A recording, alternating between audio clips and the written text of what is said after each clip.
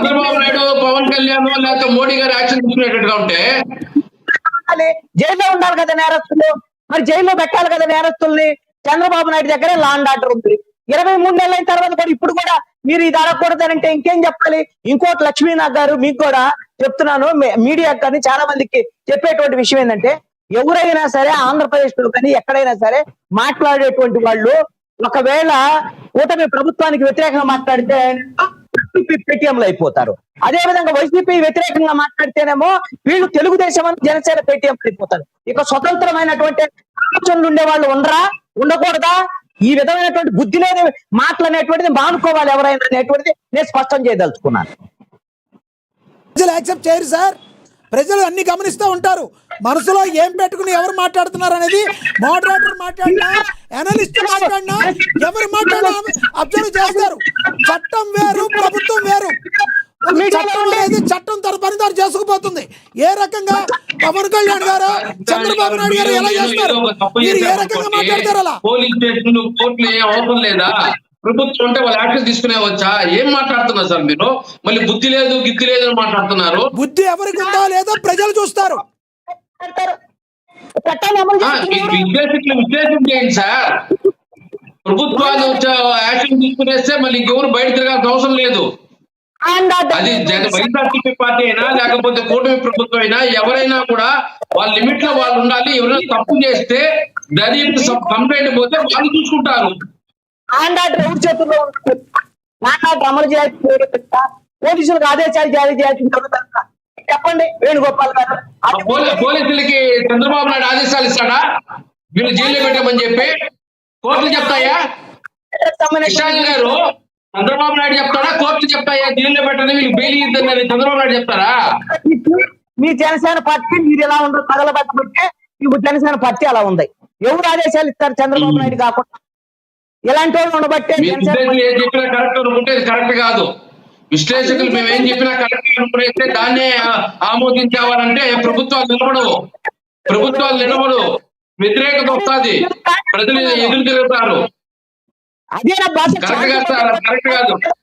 మీరు చెప్పదలుచుకుని చివరికి చెప్పండి. ఆగండి వేణుగోపాల్ గారు, ఆయన కృష్ణాంజలి గారు మొత్తం చెప్పండి. కృష్ణాంజలి గారు మీ అభిప్రాయాన్ని చివరిగా చెప్పండి సార్ ప్లీజ్. నా అభిప్రాయం ఒకటేనండి, చెప్పండి.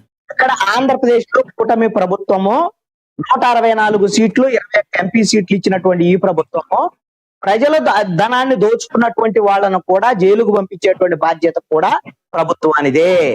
ఆ ప్రభుత్వం ఆ బాధ్యత నిర్వర్తించాలి. వీళ్ళు చెప్పిన ప్రకారంగా జగన్మోహన్ రెడ్డి చుట్టూ ఉన్నటువంటి వాళ్ళు అవినీతికి పాల్పడ్డారు, కుంభకోణాలకు పాల్పడ్డారని అసెంబ్లీలో చెప్పారు, బయట చెప్పారు, అన్ని చోట్ల చెప్తున్నారు. కాబట్టి వాళ్ళని ప్రజాధనం తిన్నటువంటి వాళ్ళని జైల్లో పెట్టమని అడుగుతుంటే జైల్లో పెట్టడానికి మీకు తొందర ఏందని మీరు అడుగుతున్నారు. మేము వెళ్ళి అమిత్ షాని అడగలేదని చెప్తున్నారు. ఎందుకు అడగరని నేను అడుగుతున్నాను ఆంధ్రప్రదేశ్ ప్రజల తరఫున. అంతే తప్ప వీళ్ళు ఆ పార్టీకి వ్యతిరేకంగా మాట్లాడితే వీళ్ళు పేటీఎంలని, ఈ పార్టీకి వ్యతిరేకంగా ఆడితే పేటీఎం తప్పు చేస్తే తప్పు సార్. అట్లాంటి మాటలు మేము ఎప్పుడు మాట్లాడడం, ఎవరు పేటీఎం అనే మాటలు మేము మాట్లాడడం. ఎస్ నాగేశ్వర్ గారు, ఎస్ కృష్ణాంజలి గారు, మీరు చెప్పిన మాట అర్థమైంది, మీరు చెప్పిన అభిప్రాయం అర్థమైంది. ఎస్ విజయశేఖర్ రెడ్డి గారు, కృష్ణాంజలి గారు చెప్పినట్టుగా ఎందుకు ఇప్పటి వరకు 2.5 సంవత్సరాలైనా ఎవరిని అరెస్టు చేయలేకపోతున్నారు? జగన్మోహన్ రెడ్డి గారి దాకా కాదు, మీరు ఎన్నో అభియోగాలు చేశారు, ఇంతవరకు ఎవరి మీద సరిగ్గా యాక్షన్ తీసుకోలేదని కృష్ణాంజలి గారు అంటున్నారు. రోజా గారి మీద అభిప్రాయం మీరు చెప్పారు, ఇంతవరకు అరెస్ట్ చేయలేకపోయారు. ఇక్కడేమో చట్టం పని దాన్ని చేసుకుపోతుంది, ఎవిడెన్స్ కావాలంటారు. జగన్మోహన్ రెడ్డి గారు అది కావద్దా? మరి మీరే చెప్పాలి. ఎందుకు మాట్లాడితే చంద్రబాబు నాయుడు గారు వెళ్తున్నారు, ఎందుకు అరెస్ట్ చేయలేకపోతున్నారు? నా ప్రశ్నలు కావు, కృష్ణాంజలి గారు అడుగుతారు. చంద్రబాబు నాయుడు గారు ఎందుకు అరెస్ట్ చేయలేకపోతున్నారు? ఫెయిల్ అయ్యారా చంద్రబాబు నాయుడు గారిని అడుగుతున్నారు. సార్ దయచేసి అందరూ ప్రశాంతంగా వినండి. చెప్పండి. ఒకటి, ఇప్పుడు కృష్ణాంజలి గారు ఈ పొలిటికల్ విశ్లేషణ గురించి కావచ్చు, పొలిటికల్ అనలిస్ట్ గురించి కావచ్చు మాట్లాడారు. అంటే మేము కూటమికి సపోర్టింగ్ గా మాట్లాడి మమ్మల్ని వైసీపీ కూటమి పేటీఎంలని, లేదంటే వైసీపీకి సంబంధించి ఫేవర్ గా మాట్లాడే వైసీపీ పేటీఎంలని మాట్లాడడం కరెక్ట్ కాదు. ఆ మాటతో నేను కూడా ఏకీభవిస్తున్నాను. ఎందుకంటే పొలిటికల్ అనలిస్టులకి వారి అభిప్రాయం చెప్పడానికి పూర్తి స్వేచ్ఛ అవసరం, ఇక్కడ ఎవరు కాదనట్లేదండి.